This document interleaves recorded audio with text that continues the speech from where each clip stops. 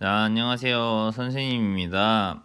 자, 역사 동아리 친구들을 위해서 방학 동안에 우리나라의 근현대사, 근현대사에 대해서 선생님이 시간이 될 때마다 강연을 올릴까요? 이 근현대사는 우리가 언제부터를 근현대사라고 하냐면 조선 후기 에서 지금의 현재의 우리나라까지를 근현대사라고 이야기를 해요. 이거는 굉장히 시험에도 잘 나오고요. 별 3개 정도는 해야겠다. 그 다음에 지금 현재 대한민국을 이해하는데도 굉장히 중요한 내용들이 됩니다. 그래서 공부하면 재미가 있기도 하고 지금 우리나라가 왜 이런 모습인지도 여러분이 잘 이해해 볼 수 있는 그런 내용들이 되겠어요. 선생님은 그래서 물론 뭐 고조선, 삼국시대, 뭐 고려, 뭐 그다음 조선 이런 것들도 재미가 있긴 한데 아무래도 좀 오래된 내용이다 보니까 지금과는 좀 동떨어진 내용들이 많잖아요. 근데 이 근현대사의 내용들을 살펴보면 왜 지금의 대한민국이라는 나라가 만들어지는지 또는 어떤 것들이 지금도 남아있는지 이런 것들을 좀 생각해 볼 수 있거든요. 그래서 여러 가지 생각해 볼 거리들도 많고 그래서 좀 더 재미있는 내용이 되었으면 좋겠어요.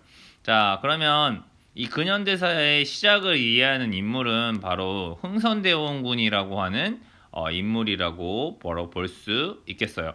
그래서 우리 지금 선생님이 나눠준 교재 오늘 168쪽에서 169쪽까지 먼저 한번 공부해 보도록 할게요. 자, 책을 펴놓고 여러분이 공책에다 필기하면서 보셔도 되고 그 다음 아니면 뭐 필기하기가 좀 그러면 쭉 보면서 책에다가 중요한 내용들 한 번씩 읽어보면서 선생님하고 같이 한번 공부해 보도록 하겠습니다. 자, 그래서 먼저 오늘 공부해 볼 것은 바로 흥선대원군의 대외 정책이다. 대내 정책이네요. 흥선대원군의 대내 정책 이렇게 보도록 하겠습니다.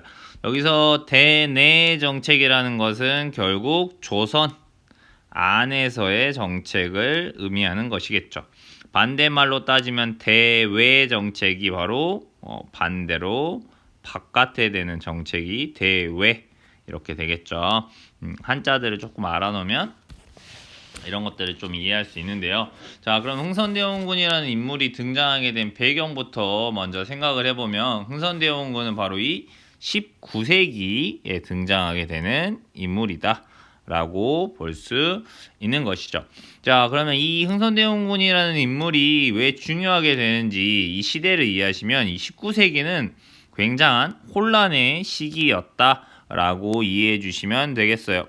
첫 번째로는 정치적으로 먼저 보시면요. 이 정치 때문에 굉장히 조선 사회가 큰 어려움을 겪게 됩니다.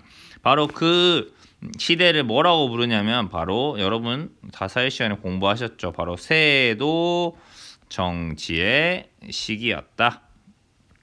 무슨 말인지 알겠죠? 이 세도 정치의 시기였기 때문에 굉장히 조선 사회에서는 많은 어려움들이 존재하고 있었다라고 보시면 되겠어요. 세도 정치하면 바로 어떤 시대를 의미하는 거야? 지금 뭐 오썸의 붉은 꽃동에 나오는 왕 거기서 주인공이 정조잖아. 맞아? 그 정조가 결국 죽으면서 우리가 알고 있는 엄청난 개혁적인 왕이었던 그 정조가 죽으면서 그의 아들인 순조가 왕이 오르는데 순조가 굉장히 어린 나이에 왕이 오른단 말이에요. 그리고 순조 이후 다음에 헌종, 네, 순조, 순조, 그 다음에 헌종, 그 다음에 심지어 남욱군 출신인 바로 이 철종이 왕이 오르게 되는데 굉장히 어린 나이에 왕이 오르게 되는 그런 시기입니다.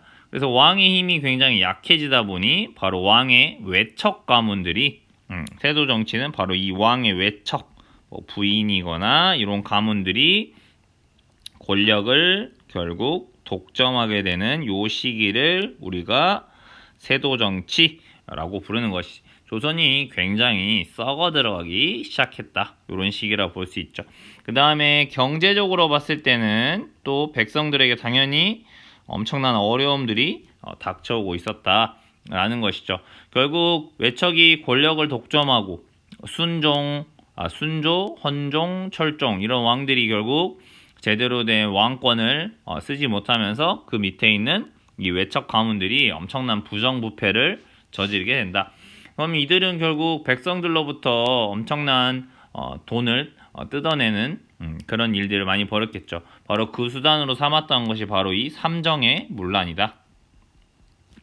이 삼정이 무엇인지는 선생님이 이제 설명을 드릴 거예요. 삼정의 문란이었다라고 봐주시면 되겠습니다. 알겠죠? 그래서 필기하면 이렇게 먼저 세도정치 시기를 여러분이 잘 이해해 주시는 게 필요할 것 같아요. 자, 그러면 이런 어려운 시기에서 바로 왕이 오르게 되는 사람이 바로 고종입니다. 고종. 알겠죠? 네, 고종이에요. 그러면 우리가 알고 있어요. 요 다음에 이제 왕이 오르는 사람은 고종인데 이 고종의 바로 고종도 마찬가지로 철종의 아들은 아니에요. 철종이 아들이 없이 죽으면서 결국 왕의 가문들 중에서 이제 고종을 이제 왕으로 이제 올리게 되는데 고종도 역시 마찬가지로 어린 나이였다 이 말이에요. 권력을 장악하고 있던 이 외척들이 뭐 똑똑하고 유능한 사람을 왕으로 하는 게 아니라 또 어린 사람을 이제 왕으로 선택하게 되는 거죠. 그래서 바로 그 아버지였던 이제 고종의 아버지였던 사람이 바로 흥선대원군이 되는 겁니다. 그래서 고종이 어린 나이일 때는 바로 이 흥선대원군이 왕의 아버지로서 정치를 하게 되는 것이죠. 그래서 당연히 이런 세도 정치나 삼정의 문란의 상황에서 왕의 아버지로서 정치를 해야 했던 흥선대원군은 여러 가지 개혁 정책들을 펼칠 수밖에 없었겠죠. 그러면 흥선대원군의 목표는 이 19세기의 정치와 경제의 혼란 상황을 보면 목표가 너무나 뚜렷하죠. 당연히 이 세도 정치, 왕의 외척이 권력을 독점하는 거야. 왕이 아닌. 그치? 그럼 이 세도 정치를 어떻게 해야 되겠어요? 없애버려야 되겠죠. 개혁해내야 되겠죠. 그러면 결국 흥선대원의 목표는 바로 뭐가 되는 거야? 그치? 자기 아들, 즉 왕실인, 바로 이 왕권을 강화하는 것이 큰 목표가 되겠죠. 맞아요. 이렇게 생각해 주시면 되겠습니다. 그 다음 삼정을 문란해야 되겠죠. 문란을 해소해야 되겠죠. 백성들로부터 인기를 얻어야 될 것이고, 그치? 여러 가지 개혁을 하려면. 그 다음에 자신들의 반대 세력이 되는 외척이라든지 양반들을 힘을 약하게 만들어야 할 거 아닙니까? 그쵸? 네, 그래서 바로 여러 가지 민생 안정을 위한 정책을 펼치게 되는 것이죠. 여기서 이 민생은 백성들의 삶이라는 뜻이 되는 것입니다. 알겠나요? 자, 이런 것들에 대해서 같이 한번 공부해 볼게요. 자, 왕권 강화를 위해서 그러면 어떤 일들을 벌이게 되는 것이냐라는 거죠. 여기 칸이 좀 좁으니까 밑에다가 한번 설명을 보면서 한번 해봅시다. 자, 먼저 흥선대원군의 첫 번째 노력은 바로 왕권을 강화하는 일이다. 자, 그래서 하게 되는 일 첫 번째 바로 비변사라고 하는 요 관청을 없애버리는 것입니다. 무슨 말인지 알겠죠? 비변사를 거의 폐지시켜버린다. 그래서 비변사라는 게 뭐냐면 이게 언제 만들어지냐면 바로 임진왜란 때 만들어졌던 거예요. 자, 원래 조선은 뭐 여러 가지 의정부라든지 뭐 삼군부와 같은 여러 가지 기능들을 이미 하고 있었어요. 하지만 임진왜란은 전쟁이 터지고 나니까 뭔가 절차를 거쳐서 회의를 결정하거나 이러는 게 시간이 많이 걸리잖아요. 전쟁 상황은 되게 긴급하고 급박하잖아. 회의를 하다가 갑자기 적군이 쳐들어오면 어떡해. 그래서 바로 이 비변사라고 하는 임시 기구를 만들어서 전쟁 상황이다 보니까 뭔가 결정을 되게 빨리빨리 하려고 했던 거지. 무슨 말인지 알겠어요? 뭐 우리 초등학생 입장에 생각해보면 뭐 우리 반에 어떤 문제가 있어. 그러면 뭐 친구들끼리 토의해보고 그 다음에 토론도 하고 그 다음에 회장, 부회장이랑 다 같이 이야기도 해보고, 그 다음 담임쌤이 이야기해보고. 그러다 보면 결정되는데 시간이 되게 오래 걸리잖아. 그치? 그러니까 마치 이렇게 절차를 밟으면 너무 오래 걸리니까 뭐 회장이나 선생님이 그냥 빨리 상황을 파악하고 그냥 한 번에 빡 결정해버리는 것처럼 이 비변사. 그러니까 사람들의 의견을 많이 듣기보다는 뭐 회장이나 부회장, 선생님이 모여서 빨리 결정을 가는 거지. 근데 이건 위기 상황에서는 효율적일 수 있는 방법이겠지만 결국에 문제점은 뭘까요? 수많은 친구들의 의견을 듣지 못하고 결국 학급 임원이나 선생님이 몇몇 사람들이 모든 일을 결정하게 되는 이런 일들을 가져오게 되죠. 그래서 이 비변사의 기능이 임진왜란이 끝나고 나면 사라져야 되는데 이 기구가 사라지지 않는 것이지. 그러면 이 비변사에서 뭔가 한 자리를 차지하고 있는 사람은 굉장히 권력이 강해지는 문제점이 있었겠죠. 맞아요. 그런 것들이 있었기 때문에 바로 이 비변사를 폐지했던 것입니다. 한 번씩 물어보는 기구이기 때문에 비변사라고 하는 기구에 대해서 알아두실 필요가 있어요.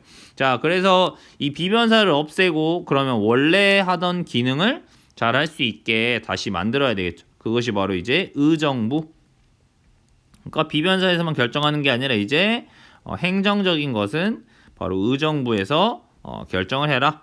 그렇지? 신하들이 모여가지고 이제 일을 제대로 토론하고 토의할 수 있게 하는 것이죠.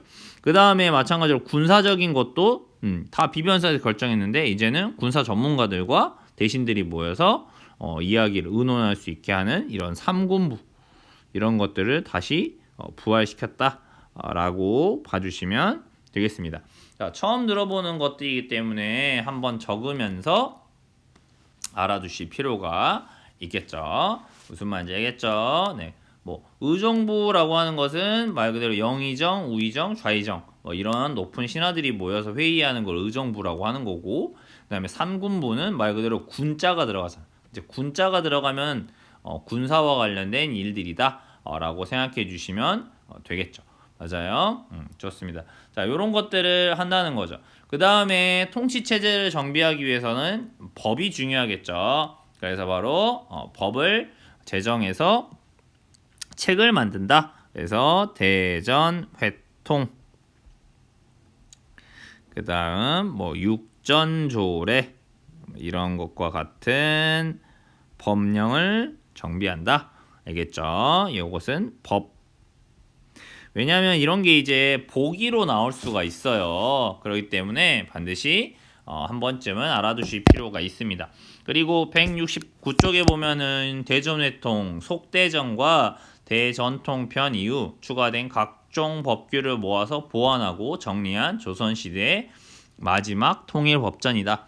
그치? 법이라는 건 이제 시간이 지남에 따라 변해야 되는 거잖아. 그러니까 흥선대원군이 이런 법들을 다시 한번 정리한 게 대전회통이다. 그럼 육전조례, 6조 각 관하의 사무 처리에 필요한 행정법규와 사례들을 정리한 행정법전이다. 자, 여기서 말하는 6조는 진짜로 행정적인 일을 하는 것이지.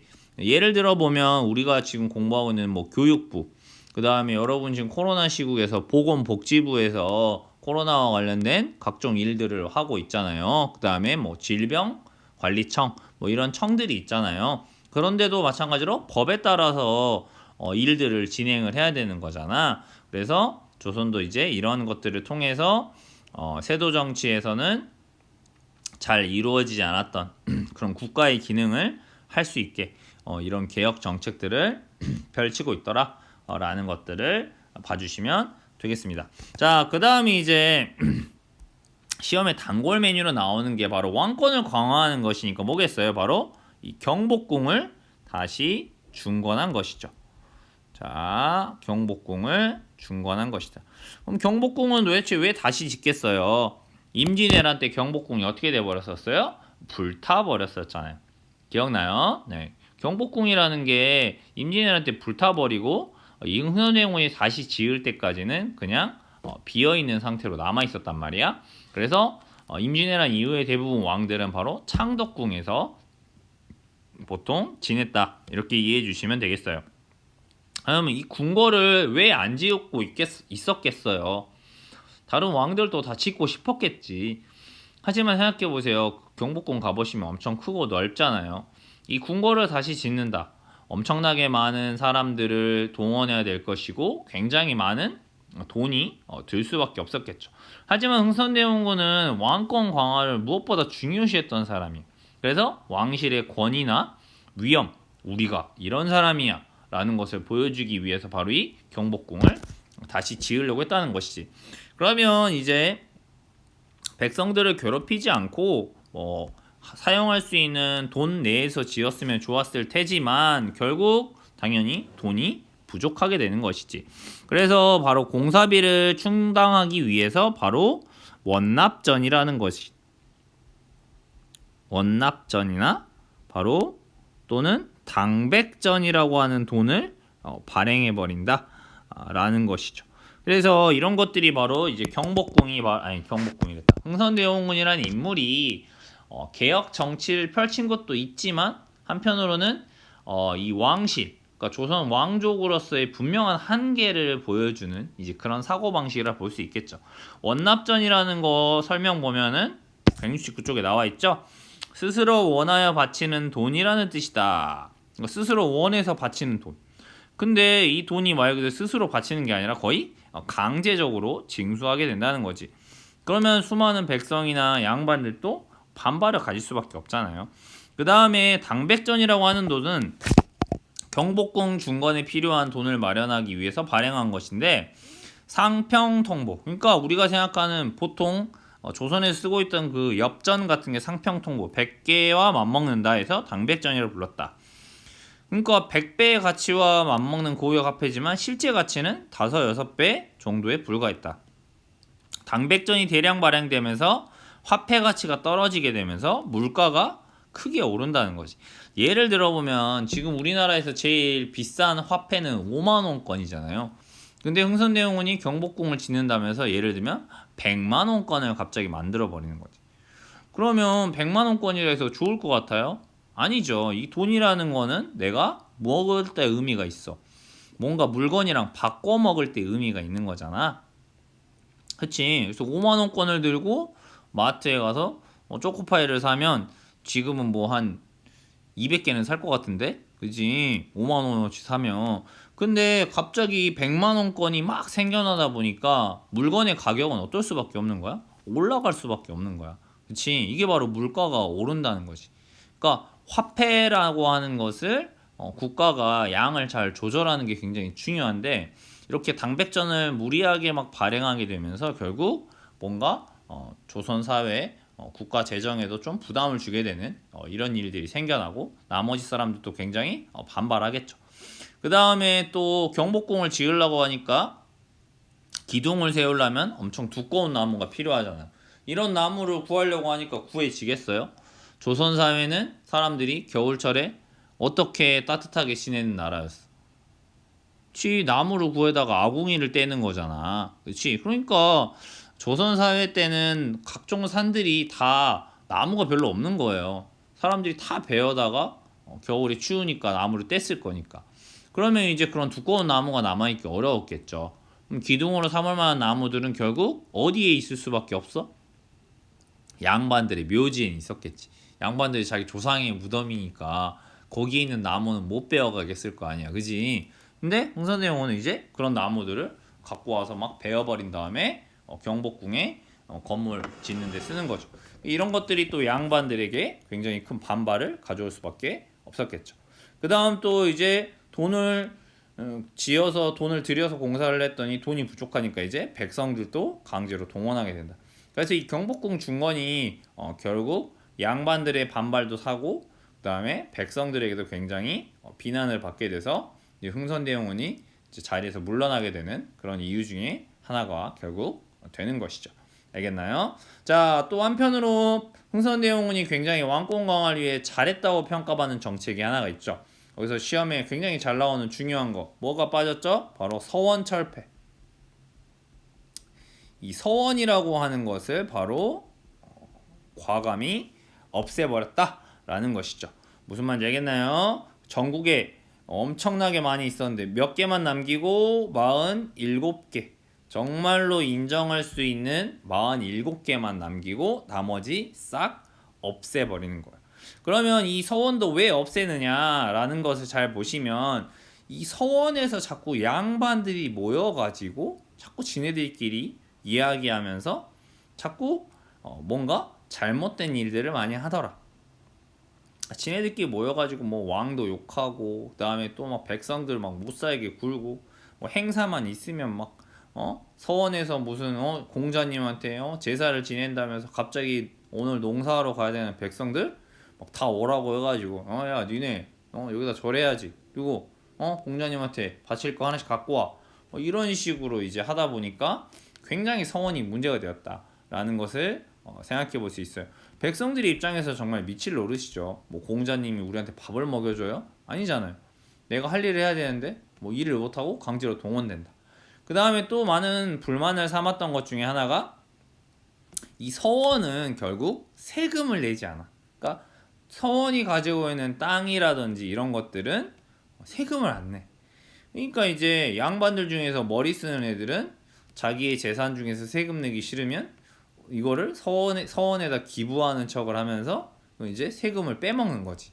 이런 형태로 서원이 굉장히 잘못되게 운영되었기 때문에 바로 이 흥선대원군은 이 서원을 과감하게 없애버립니다. 무슨 말인지 알겠죠? 이거는 백성들에게 굉장히 큰 지지를 받는 개혁 정책이었겠죠. 얼마나 많은 양반들이 반대했겠어요. 그렇죠? 수많은 양반들의 반대에도 불구하고 바로 백성들의 삶을 위해서 또 본인의 어쨌든 목적이었던 왕권 강화를 위해서 이 서원을 철폐해버렸다라는 것이죠. 그 다음 또 바로 없앨 것 중에 하나가 바로 만동묘라고 하는 것이라고 합니다. 이 만동묘 없애버린 거죠. 만동묘는 보시면은 임진왜란 때 조선을 도와준 명나라 황제 신종을 제사 지내기 위해 지은 사당이다. 그러니까 여전히 이 흥선대원이 있던 시절이면 도대체 병자호란이 있고 나서도 거의 한 150년이 지난 시기입니다. 하지만 여전히 그 명나라 황제를 위한 사당이 있었다. 그러니까 얼마나 조선인들이 유교적인 사고를 가지고 있었고, 조선인 다는 아니죠. 양반들이. 명나라에 대한 그런 아직도 망해버린 그 명나라를 얼마나 본인들은 의리라고 하면서 마음속으로는 따르고 있었냐라는 것이죠. 그런 마음으로 정말 백성이나 조선을 위한다면 더 진짜 삶에 도움이 되는 것들을 연구했으면 좋았을 텐데, 이 사람들은 맨날 그놈의 의리, 유교들만 강조하면서 도대체 백성들의 삶에 뭔 도움이 되었냐는 거야. 그러니까 이게 나는 이 조선 후기에 그 양반이라고 부르는 소위 사람들에 대해서 너무너무나 비판을 하고 싶은 거죠. 말이 안 되는, 자기들은 양반으로서 땅이 있고 노비가 있고 편하게 먹고 살면서 맨날 충이요 효요 을을 논하면서 그것이 자신들이 군자다. 그러면서 실제로 백성들은 논밭에 나가서 정말 손이 부러터져라 일하고 배고프고 자기들은 배불리 먹고, 이게 뭡니까 이게, 그쵸? 그러니까 이런 것들이 참 역사라고 봤을 때 말이 안 되는 거예요. 어쨌든 만동묘라는 것도 국가로부터 많은 혜택을 받겠죠. 세금도 안 낼 거고 이 제사 지낸다고 하면서 각종 백성들로부터 쌀을 걷던지 했겠잖아. 자기들 돈으로 또 안 해요. 이런 애들 보면 열받잖아 그런 게, 그지? 그래서 유생들끼리 모여가지고 또 깡패짓 하는 거죠. 만동묘 예를 들면 제사 지낸다는데 내가 안 가. 그러면 나는 역적이 되고 네 오랑캐 편드는 거냐? 이런 식이 돼버리는 거잖아요. 얼마나 화가 나는 일이에요. 그쵸? 자기들이 좋으면 자기들 돈으로 하던가. 그치? 그럼 내가 난 싫어할 수도 있지. 왜 그런 걸 인정하지 않아? 그러니까 조선사회는 나중에 결국 이런 생각이 좀 유연해야 되고 다양해야 되잖아. 그런 모습들을 보이지 못하는 사회였다는 것 자체가 이미 사회가 이제 무너져가는 그런 시기가 되지 않을까? 선생님 이런 생각을 합니다. 어쨌든 이 만동묘도 없애버린다. 알겠나요? 자, 그 다음에 이제 민생 안정을 위한 정책들도 당연히 펼치게 되죠. 백성들의 삶을 안정시켜야 될 거 아닙니까? 그래서 이 민생 안정을 위한 정책들을 펼치게 된다. 그래서 아까 삼정의 문란이 있었잖아요. 그쵸? 그래서 이 삼정의 문란이라는 게 뭐냐면 이게 많이 나오니까 알아두실 필요가 있어요. 삼정.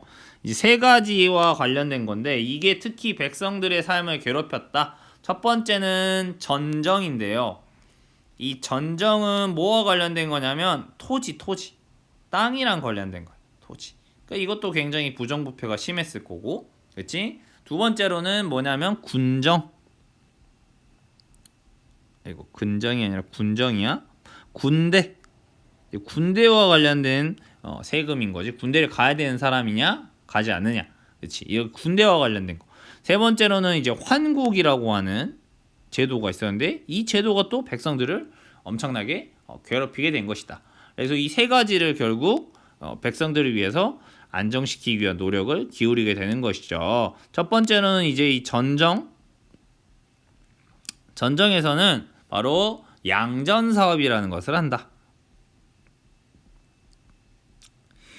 그러니까 이 양전 사업을 통해서 결국 뭐냐면 토지 대장을 명확하게 하는 거야. 이게 누구의 땅이고 어디까지가 누구의 땅이냐. 그치? 이거를 명확하게 해야지 뭘 거둘 수 있어요? 세금을 거둘 수 있잖아. 맞아요? 그래서 바로 숨겨진 토지들을 찾아내었다. 숨겨진 토지를 찾아서 세금을 내게 하는 것이죠. 그러면 숨겨진 토지가 어떻게 있을 수 있었던 걸까라는 걸 생각해 보면 전쟁이지. 임진왜란이나 병자호란 같은 전쟁을 겪었단 말이야. 그때 수많은 사람이 죽고 막 전쟁을 피해 도망다니고 막 이랬을 거 아니야. 그때 이제 숨겨진 토지들이 굉장히 많았을 것이다. 이런 생각을 할 수 있죠. 그 다음에 누가 토지를 숨기고 있었겠어요? 농민들이나 백성들이 토지를 숨길 수 있었겠어? 사또나 양반한테 걸리면 이제 바로 혼나지. 맞아? 곤장 맞고 난리 나지. 양반들 중에서 상당수가 토지를 숨기고 있었을 거 아닙니까? 자기 땅이 아닌 척 세금 안 내려고. 그러니까 이런 것들이 이제 찾아내는 정책들을 펼쳤다라는 것이죠. 그 다음에 군정입니다. 군정. 이 전정보다는 이제 군정에서 시험이 많이 나와요. 바로 뭐의 시행에? 호포제. 이 호포제의 핵심은 결국 누구에게도 세금을 내라는 겁니까? 양반에게도 군대 안 가는 대신 니네도 세금 내라는 거지. 맞아요. 조선 후기는 남자들이 군대를 간다기보다는 바로 호포, 그러니까 군포를 내게 했어요. 군대를 가는 대신 1년에 뭐 2피를 내라. 배 2피를 내라. 아니면 1피를 내라. 이런 식으로 해서 그 세금을 모아서 진짜 직업군인, 그 사람이 이제 군인만 하는 이런 군인을 운영했는데 마찬가지로 이 호포제 실시하기 전에는 이 부담을 누구만 내고 있었다? 백성들만 내고 있었다. 라는 것이죠. 양반들 자기들 우리는 지체 높은 양반들인데 왜 우리가 세금을 내? 이런 생각을 하고 있다는 거야. 세금은 누구만 내는 거다? 백성들만 내는 것이다. 참 이것도 웃기죠. 그쵸? 유교라는 게 결국 뭡니까? 세상을 편안하게 하고 모든 사람들이 행복하게 되는 사상 아닌가? 자기들은 왜 세금 안 내는 건데? 응? 그게 왜 유교의 세상의 이치에 맞는 건데? 이 말도 안 되는 거죠. 그쵸? 어쨌든 바로 홍선대용어는 양반들에게도 세금을 내게 한다. 당연히 양반층은 어마어마하게 반발하겠죠. 어떻게 내가 그 천한 것들이랑 똑같이 세금을 내느냐 이런 이야기를 하면서 그럼 똑같은 천한 것들이랑 똑같아지기 싫으면 그러면 더 내든가. 자기들이 더 높은 사람이니까 돈도 더 많이 벌 거고. 그러니까 돈도 더 많이 버는데 이런 걸 반발을 한다. 이게 근데 지금의 현실도 똑같아 얘들아. 돈 없는 사람들은 이미 뭐 내가 세금 내기 전에 이미 세금을 다 자동으로 납부하고 있어. 여러분이 사 먹는 물, 여러분이 사 먹는 과자에 이미 다 10% 세금이 들어있는 거예요. 여러분이 1,000원짜리 아이스크림 사 먹으면 그 중에 100원은 세금이야. 우리는 뭐 선택의 여지가 없어. 살아가려면 세금 무조건 내야 돼. 여러분이 월급을 받는 직장인이 되잖아요. 여러분한테 월급을 줄 때 이미 세금 10% 떼고 줘요. 여러분이 300만 원 월급을 받잖아요. 이미 30만 원은 월급에서 떼갑니다. 세금을 10%를. 그러고 여러분이 270만 원을 줘요. 무슨 말인지 알겠어요? 근데 부자들은 어떻겠어요? 돈이 많은 사람들은 사업이 워낙 크고 이러다 보니까 숨겨지는 돈들도 많지. 그럼 그런 것들을 세금 안 내려고 얼마나 치열하게 노력하는데 그 사람들은.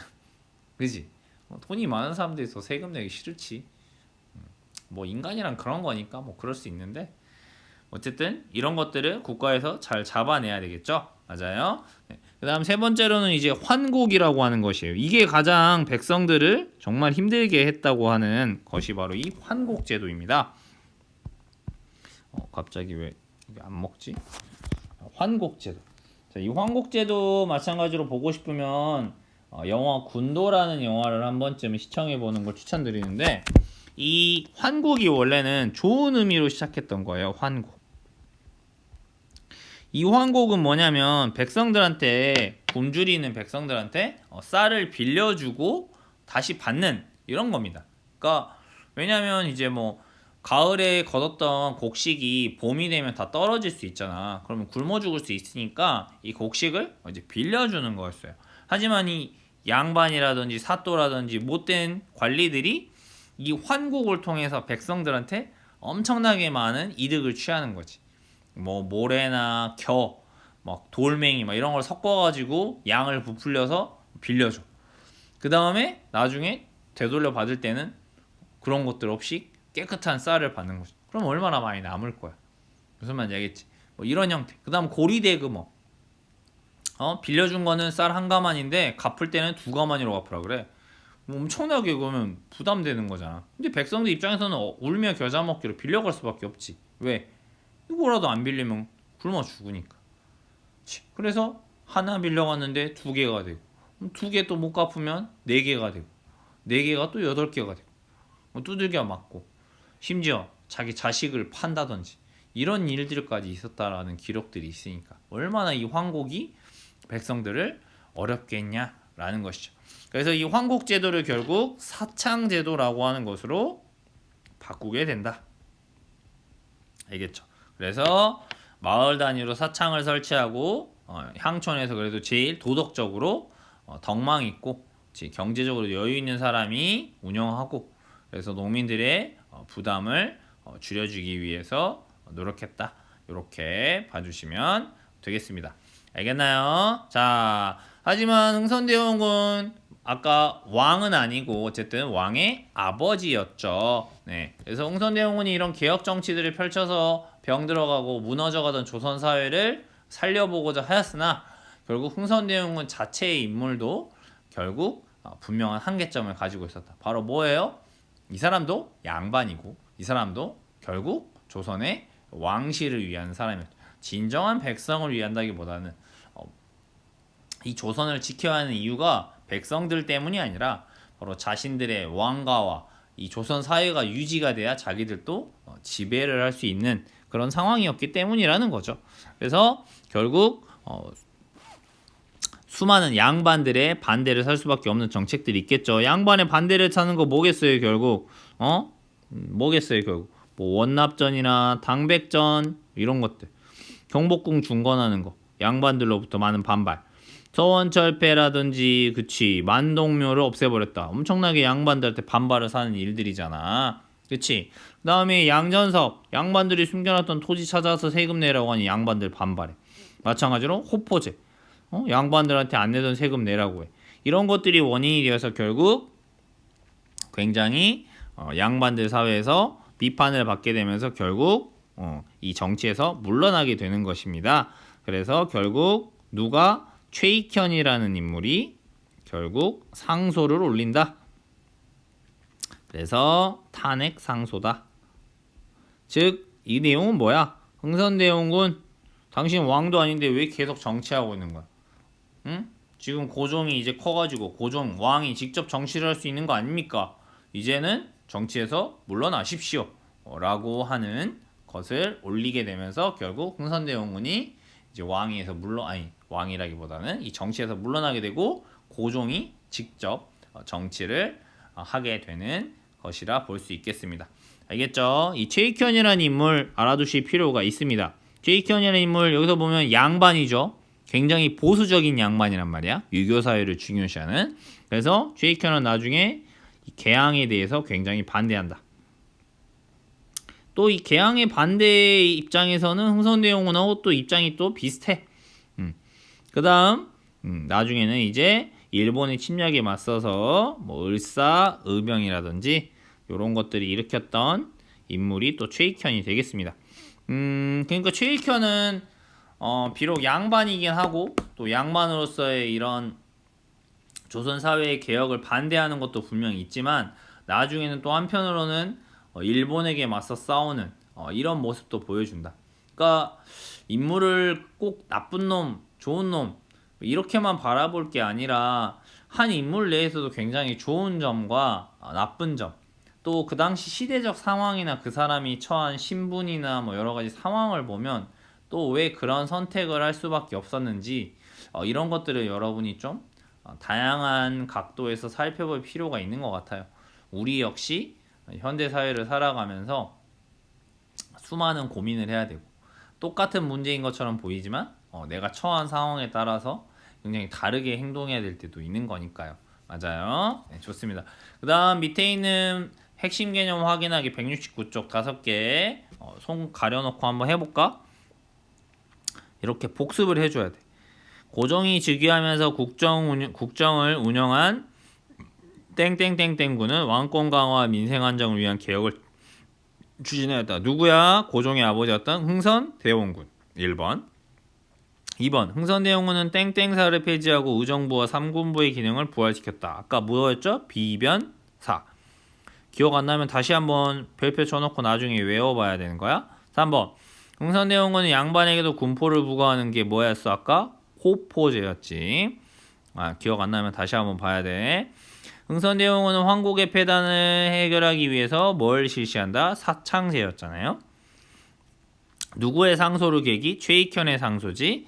흥선대원군이 정치에서 물러나고 고종이 정치 전면에 나서게 되었다. 이렇게 핵심 개념 확인해 주시고 흥선대원군의 대내정책 자세히 공부해 봤습니다.